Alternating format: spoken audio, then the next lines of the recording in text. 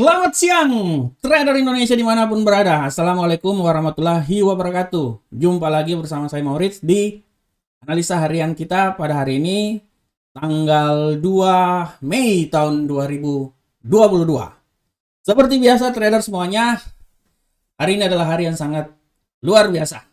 Hari ini adalah Hari Raya Idul Fitri buat seluruh trader Indonesia, seluruh saudara-saudara kaum muslim di seluruh dunia, terutama di Indonesia, merayakan hari yang sangat luar biasa, hari penuh kemenangan. Saya atas nama Amarket mau mengucapkan minal aidin wal faizin. Mohon maaf lahir dan batin. Selamat merayakan Idul Fitri buat trader Indonesia dimanapun berada. Biar hari yang penuh fitriah ini bisa menjadi berkat buat kita semuanya. Membawa kebaikan, membawa kedamaian, dan yang paling penting biar kita bisa menjadi orang-orang yang berguna buat bangsa dan negara kita. Trader, kita akan masuk di analisa harian kita pada hari ini. Seperti biasa, kita akan banyak membahas tentang apapun yang terjadi dalam prediksi yang terjadi pada hari ini. Hari yang penuh santai, ya. Tapi di tengah kesantaian ini saya akan membawakan prediksi supaya buat trader yang ada waktu untuk trading, minimal dengan apa yang saya bawakan ini bisa sedikit memberikan masukan untuk trader semuanya, trader Indonesia, trader Amarket, untuk melangkah lebih jauh lagi ke depan. Tema hari ini kita akan membahas sedikit tentang Bitcoin. Saya lebih senang Bitcoin. Saya akhir-akhir ini saya sering, ya bukan akhir ini, saya udah sering menganalisa tentang Bitcoin. Dan Bitcoin menurut saya pada saat ini adalah dia udah berada di titik support yang paling terbawah. Walaupun masih ada kemungkinan dia bisa turun lagi, tapi menurut saya ini adalah nilai yang paling pas. Setelah ini dia akan sedikit mengalami penguatan. Nah, tapi untuk kita membicarakannya lebih lanjut, kita masuk dulu ke pembicaraan kita tentang mata-mata uang lainnya. Dan di akhir ini baru kita akan membicarakan tentang Bitcoin. Oke trader, kita masuk langsung ke analisa harian kita pada hari ini. Kita lihat dulu. Ini dia. Analisa harian kita pada hari ini, trader, selalu seperti biasa kita akan mulai dari Euro Uncle Sam Dollar. Bagaimanakah pergerakan Euro Uncle Sam Dollar pada hari ini? Trader semuanya, pergerakan Euro Uncle Sam Dollar pada hari ini ya benar-benar wait and see. Ya, kenapa saya bilang wait and see? Karena minggu ini adalah minggu yang sangat luar biasa buat semua mata uang ya. Akan terjadi fundamental yang sangat luar biasa, FOMC, non-farm, dan lain-lain. Dan ini adalah waktu di saat banyak yang menunggu hasil pertemuan FOMC nanti pada hari Kamis dini hari dan non-farm pada hari Jumat. Ya. Kita bisa lihat bahwa di Euro USD penutupan perdagangan minggu lalu, di mana Euro USD terus diperdagangkan di teritori positif. Ya. Setelah dia menurun sampai di 1.04, yang adalah titik terendah menyamain seperti tahun 2016 ya, 2017 sorry. Kalau 103 baru 2016, 28 Desember, tapi ini 104 jadi 2017 ya. Nah, dia di sekitaran 1.05, namun kelihatannya mengalami kesulitan untuk mengumpulkan momen untuk bullish ya, masih sulit untuk bullish. Kenapa sulit untuk bullish? Karena sekarang orang bilang lagi perdebatan antara The Fed dengan Europe Central Bank ya. Semua akan terjadi pertemuannya itu nanti di FOMC pada hari Kamis dini hari, dan langkah ke depannya akan terjadi setelah itu. Jadi pada saat ini masih ada tarik menarik, orang bilang tarik menarik kekuatan, tarik menarik kepentingan di sana ya. Oleh karena itu menurut perkiraan itu udah saatnya bahwa Euro USD akan naik, tapi di satu sisi terjadi pertarungan kepentingan antara The Fed dan Bank Sentral Europe. Inilah yang mengakibatkan bahwa kenapa dia masih stagnan, naik sedikit, habis itu dia coba turun balik lagi. Ya. Nah, minggu ini seperti yang telah saya bilang bahwa pasar forex akan digerakkan oleh keputusan tingkat bunga dari Federal Reserve Amerika dengan Bank Sentral Amerika mengabaikan penurunan yang tajam GDP. Kita tahu bahwa GDP perkiraannya 1% jadi 1,4 ya. Jadi sangat turun banget ya, jauh dari perkiraan, dan dibilang ini adalah awal dari resesi yang akan terjadi, tapi kita akan lihat ke depan. Nah, sementara itu trader Europe Central Bank juga merencanakan untuk menaikkan 50 BPS ya, yang membuat tingkat bunga di atas 0. Nah, ini menjadi salah satu alasan kenapa di satu sisi saatnya dia naik, tapi ada kekuatan dari dolar yang menekan juga. Oleh karena itu nanti setelah FOMC baru kita melihat arah pergerakannya seperti ke depan seperti kayak gimana. Karena kalau di non-farm udah sangat kelihatan bahwa kelihatannya angka pengangguran dari Amerika itu ya semakin banyak ya. Sorry, bukan angka pengangguran, angka tenaga kerja. Tenaga kerja di Amerika semakin berkurang ya. Nah, itu dia ya. Peluang kerja semakin berkurang ya. Nah, ini sangat mempengaruhi terhadap perekonomian Amerika ya, karena angka pencari kerjanya semakin berkurang. Artinya kan ekonominya ya masih gonjang-ganjing, ceritanya seperti kayak gitu ya. Nah, oke trader, kita sekarang coba lihat langsung ke platform. Sabar, saya pindah dulu ke platform. Sorry, ini biasa awal masuk seperti kayak gini. Nah, oke, ini platformnya di sini. Oke. Nah, ini dia. Oke, trader, kita masuk sekarang ke platform. Setelah kita masuk di platform, kita bisa lihat bahwa Euro USD pada hari ini, seperti yang telah saya bilang bahwa tendensi hari ini untuk bullish tidak terlalu kuat. Oleh karena itu kenapa kembali lagi terjadi penurunan bearish di mata uang Euro USD. Kembali lagi beres di mata uang Euro USD. Kita bisa lihat di sini bahwa sentimen itu karena seperti yang tadi saya bilang bahwa kecemasan atas kenaikan suku bunga Fed memperburuk sentimen pasar. Ya. Ini dia ya. Jadi dalam hal ini Euro sedang menguji pada level 1.05 ya. 1.05 dia masih menguji apakah bisa apa tidak ya. Nah, dia akan mencoba di sini, tapi menurut analisa saya dia masih tetap pergerakannya. Kalau menurut saya pergerakannya sampai hari Kamis itu masih sideways karena dia akan menunggu sampai FOMC itu terlaksana. Ya, untuk hari ini kita lihat sentimennya lebih banyak bearish, dan coba kita lihat di time frame lebih pendek.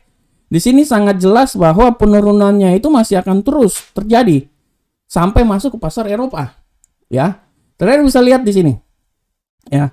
Tendensinya udah sangat luar biasa, udah kelihatan RSI-nya juga turun, stochastik juga masih arahnya turun, dan kita bisa lihat bahwa arah pergerakannya ini bisa sampai ke level support di sini.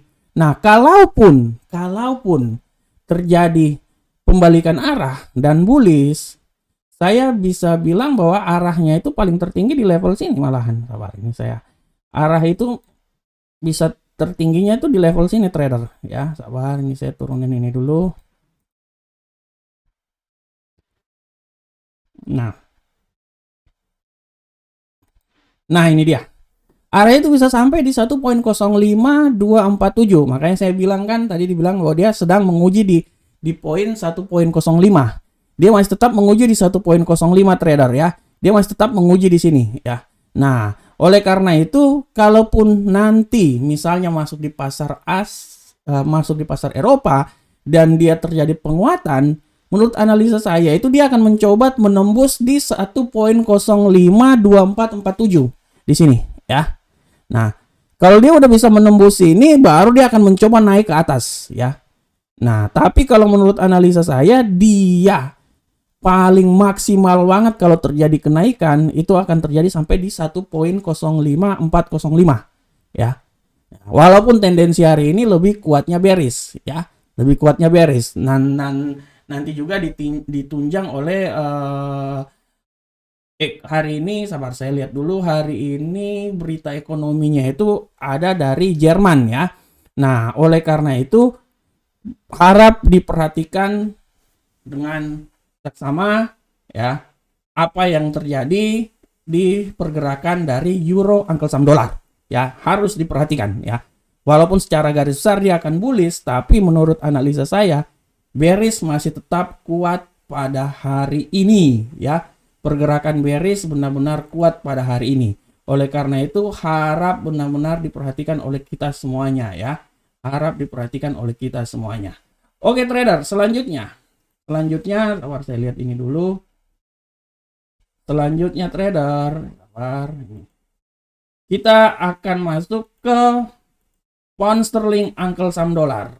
Nah, untuk pound sterling angkel saham dolar, bagaimanakah pergerakan dari pound sterling angkel saham dolar trader semuanya? Untuk pound sterling angkel saham dolar sudah sangat jelas kita bisa lihat di sini bahwa pound sterling angkel saham dolar mundur menuju level terendah 2 tahun yang dicatat minggu kemarin. Dalam hal ini dia memudarkan pemulihan pada hari sebelumnya. Ya. Setelah dia sempat naik pada hari Jumat, dia kembali lagi. Ya, karena sangat dipahami bahwa terjadi pertempuran kepentingan antara semua central bank dengan The Fed, ya. Oleh karena itu, kita sudah sangat tahu bahwa memang The Fed terjadi resesi, hawkish mereka berlakukan, tapi terjadi juga kepentingan di sana yang sangat besar ya. Oleh karena itu hari ini kebanyakan pound sterling angkel saham dolar dia lebih banyak bearish. Kita bisa lihat di sini bahwa drama antara Bank of England dengan The Fed membuat pasangan mata uang ini tertekan. Masalah Brexit juga membuat para penjual sangat optimis. Jadi ada kemungkinan dia akan turun terus ya. Ada kemungkinan dia akan turun terus. Dolar Amerika tetap menguat di sekitar tertinggi 20 tahun karena imbal hasil dukungan kenaikan menjelang kenaikan suku bunga The Fed sebesar 0,50%. Oke, kita coba masuk sekarang di platform. Kita lihat di platform.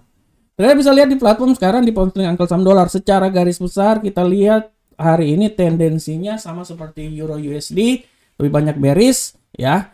Dan kalau walaupun trader lihat bahwa secara teknikal dia udah masuk di level 30 di RSI. Artinya tidak lama lagi kan itu artinya akan bullish. Tapi tendensi masih tetap menguat, wait and see antara mata uang ini. Biasanya kalau hari Senin itu kebanyakan wait and see karena tidak terlalu banyak berita yang akan terjadi ya. Tidak terlalu banyak fundamental yang ada ya. Nanti setelah itu hari Selasa, Rabu, Kamis dan akhirnya Jumat baru banyak di sana. Dan biasanya kalau hari Senin ini lebih banyak tendensinya wait and see dan melihat apa yang akan terjadi untuk 1 minggu ke depan ya. Tendensi hari ini lebih banyak bearish. Tapi kita coba lihat di time frame lebih pendek. Nah, time frame lebih pendek sudah sangat jelas. Sini kita lihat bahwa saya mencoba untuk memberikan rentang harian di antara 1.25465 sampai 1.25981. Ini rentang hariannya di sini ya. Trader kalau bisa lihat di sini sudah terjadi titik perpotongan di sini ya. Nah, kalau udah terjadi titik perpotongan, kemungkinan besar dia akan mencoba untuk turun terus ke bawah. Kemungkinan besar dia akan mencoba untuk turun terus ke bawah ya trader ya. Kemungkinan besar ya. Nah, oleh karena itu kalau trader melihat di time frame 1 jam ya, secara 1 hari memang dia bearish. 1 jam pun juga dia udah menembus, trader udah lihat ya. 1 jam yang lalu saya pasang 1 jam setengah malahan. Rentang harian dia sudah menembus trader dan menembus rentang harian pada hari ini di 1.25465 dan saya masih berasumsi bahwa dia akan mencoba turun sampai di titik support pertama 1.25383 di sini ya. Masih bisa turun di sini. Nah, setelah dia turun di sini baru dia ada koreksi, baru dia naik lagi ke atas. Jadi kalau menurut analisa saya ya, kalau dia udah turun sampai di level sini, nah, kalau dia udah turun di level sini ya, tidak lama lagi dia akan coba naik ke atas. Tidak lama lagi dia akan coba naik ke atas. Nah, oleh karena itu sebagai seorang trader kita harus bisa menganalisa kapan kita mau masuk dan kapan kita keluar dari perdagangan kita. Ya, oleh karena itu kalau menurut analisa saya, kalaupun nanti dia masuk di pasar Eropa ya, dan dia mengalami pullback balik ke bullish, saya beranalisa bahwa dia akan mencoba sampai di level 1.25 nah di sini. 25619. Nah, ini dia di titik sini nih. Nah, di titik sini adalah titik di mana kalau seumpamanya dia balik arah, dia akan mencoba menembus titik sini. Walaupun secara garis besar ya, secara garis besar dia akan tetap bearish. Tapi seperti biasa, pasar Eropa buka, kecenderungan mata uang di Eropa lebih tinggi dan lebih kuat daripada mata uang Amerika, karena Amerika sekarang lagi tidur, lagi bobo-bobo mereka. Ya, oleh karena itu kecenderungan kalau seumpamanya dia terjadi pembalikan arah dan bullish, saya bisa bilang bahwa 1.25619 adalah nilai tertinggi yang bisa diperoleh oleh pasangan mata uang pound sterling, Uncle Sam, dolar. Oke, trader. Sekarang kita lanjut ke gold. Bagaimanakah gold pada hari ini, trader semuanya? Gold pada hari ini, trader bisa lihat dengan jelas goldnya. Harga emas dunia naik tipis pada perdagangan pagi, pukul 5:56 waktu Indonesia bagian Barat. Harga emas dunia tercatat di seputaran 1897.25 per troy ounce. Naik tipis sebesar 0,04%. Koreksi harga emas tidak lepas dari penguatan nilai tukar mata uang dolar Amerika. Sepanjang April 2022, dolar ya, dia greenback menguat sebesar 4,76%, adalah penguatan bulanan terbaik semenjak tahun 2015. Nah, pasar emas sedang mengalami aksi jual yang konsisten ini karena rally dolar. Keperkasaan dolar tidak lepas dari ekspektasi pasar terhadap normalisasi kebijakan moneter Bank Sentral Amerika, The Fed. Ya, jadi ini ceritanya bukan sembarang normalisasi, tetapi pengetatan yang agresif. Pengetatan yang agresif, ya. Itu dia. Ya. Oke, teman-teman, sekarang kita coba masuk di platform gold.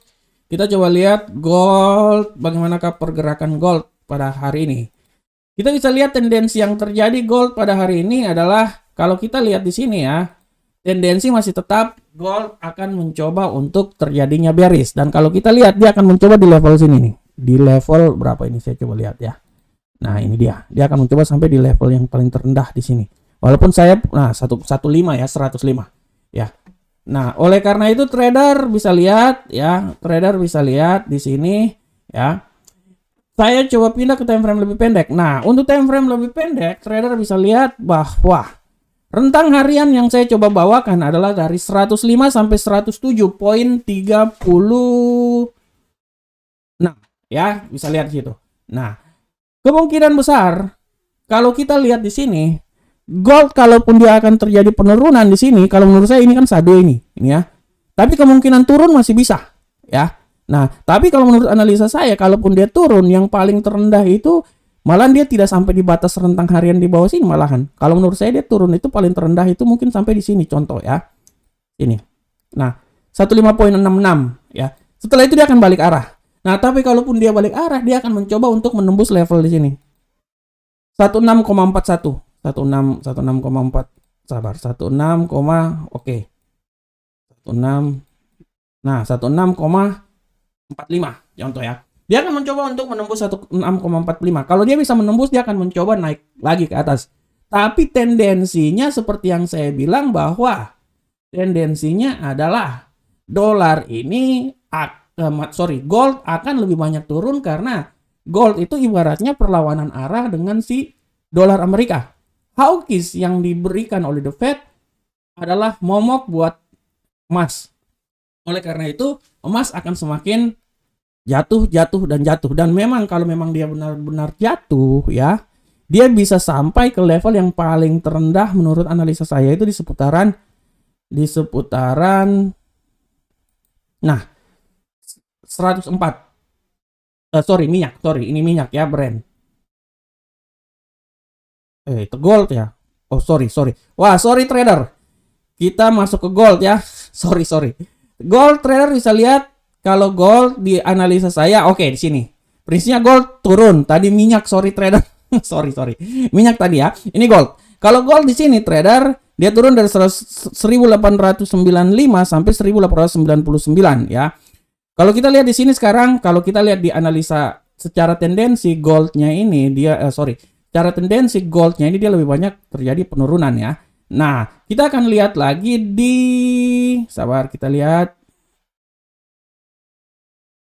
kita lihat di time frame lebih pendek 1 jam. Wah, ini.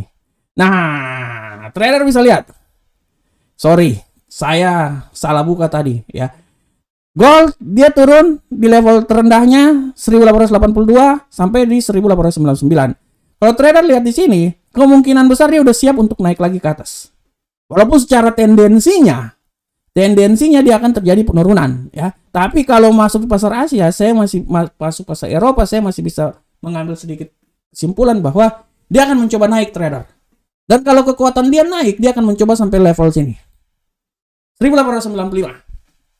Ya. Oleh karena itu sebagai seorang trader, tanda-tandanya untuk terjadi pembalikan arah di sini, ya trader udah bisa siap-siap menggunakan pending order. Bisa menggunakan pending order trading, misalnya trader menggunakan buy limit ya. Atau kalau memang dia agak naik sampai di sini, trader udah bisa bikin aja buy stop ya, supaya dia bisa naik ke atas ya. Nah, trader bisa di situ ya. Tapi sebagai saya menganalisa bahwa arah pergerakannya itu sekarang dia udah berada di titik puncak support yang paling terbawah. Setelah itu dia akan mencoba untuk naik walaupun tendensi hari ini lebih banyak penurunan. Karena seperti kita lihat bahwa hawkish yang terjadi, gold kebalikan arah dengan rally dolar menguat, gold akan semakin menurun. Dan menurut analisa saya dia akan mencoba sampai di 1879, titik paling terendah di situ ya. Titik paling terendah. Nah, itu dia. Oke. Ini dia bisa kalau dia bisa turun terendah sampai 1876 malah. Tapi kalau menurut saya hari ini dia cuma bergerak antara 1882 sampai 1899 ya. Oke trader. Tadi adalah gold. Sekarang saya coba masuk ke minyak. Waduh. Salah kita hari ini. Minyak trader. Nah, untuk minyak, harga minyak dunia bergerak turun pada perdagangan pagi hari, ya. Senin berada di 107,6 barrel. Dia ambles sebesar 2,9% dibandingkan posisi pekan yang lalu. Kita bisa lihat di sini ekspektasi terhadap penambahan pasokan jadi pemberat bagi harga minyak. Negara-negara anggota OPEC dijadwalkan bertemu pada tanggal 5 Mei mendatang dan kemungkinan besar tetap ada rencana menambahkan produksi sebesar 432.000 barel per hari hingga bulan September. Selain itu pula, pandangan bahwa permintaan minyak akan berkurang karena kebijakan karantina wilayah di Cina yang sedang COVID.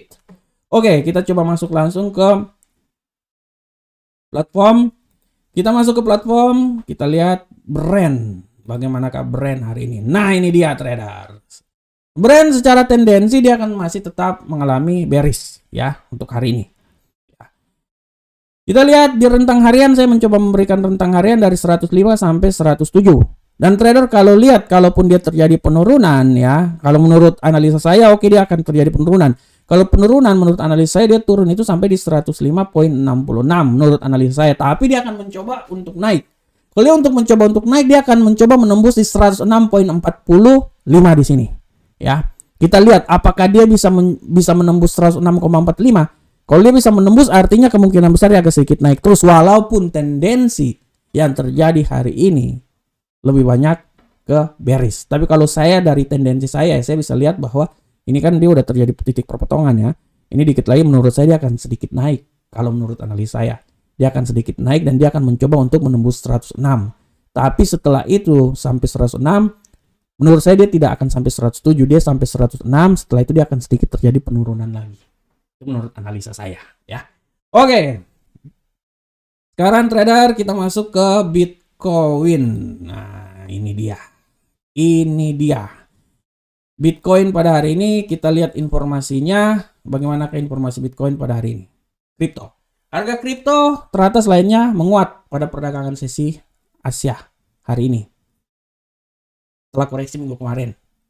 Dia naik hari ini sebesar 1,8% dan kripto hari ini barusan dia di sekitaran 38.445.93 atau di seputaran 559 juta lebih ya. Nah, kita bisa lihat trader, kita bisa lihat bagaimanakah pergerakan kripto ya. Kita bisa lihat bagaimanakah pergerakan kripto ya. Kita coba langsung masuk karena adalah tema kita hari ini adalah kripto ya. Kenapa saya mengambil tema kripto hari ini? Sebenarnya paling simple trader. Kenapa? Karena menurut asumsi saya kripto ini dia akan menguat. Kenapa? Karena menurut saya dia udah berada di titik yang paling terendah dan dia akan menguat walaupun secara teknikal dia masih turun lagi. Oleh karena itu saya untuk minggu ini saya memberikan estimasi bahwa kripto itu dia akan berada di 37.000 titik paling terendah. Dan kalau dia titik tertinggi dia sampai 41.000. Kalau dia bisa tembus 41 artinya dia akan naik ke 42. Ya. Dia akan naik ke 42. Tapi secara garis besar saya bisa bilang bahwa kripto Bitcoin akan coba menuju ke puncak. Nah, itu dia. Ya trader ya. Nah, alasannya pertama, kenapa? Karena kripto mengambil celah peluang kegaduhan ekonomi yang terjadi di Amerika. Itu yang pertama, ya. Karena sekarang secara garis besar trader kita harus tahu bahwa Bitcoin dalam hal ini sudah hampir sama dengan aset-aset lainnya. Dalam hal Bitcoin sudah tidak seperti dulu lagi di mana liar pergerakannya. Tapi sekarang Bitcoin ini pergerakannya udah mulai dijinakin. Dan kenapa gitu? Karena semenjak Rusia ingin mencoba melakukan transaksi dengan Bitcoin, Amerika mengambil kebijakan supaya Bitcoin ini diperketat juga. Oleh karena itu lama atau cepat Bitcoin pergerakannya udah mirip seperti pergerakan aset-aset lainnya. Dan kalau kita lihat bahwa Bitcoin ini punya kesamaan dengan Nasdaq, Composite atau emas. Dia pola pergerakannya udah seperti itu trader semuanya.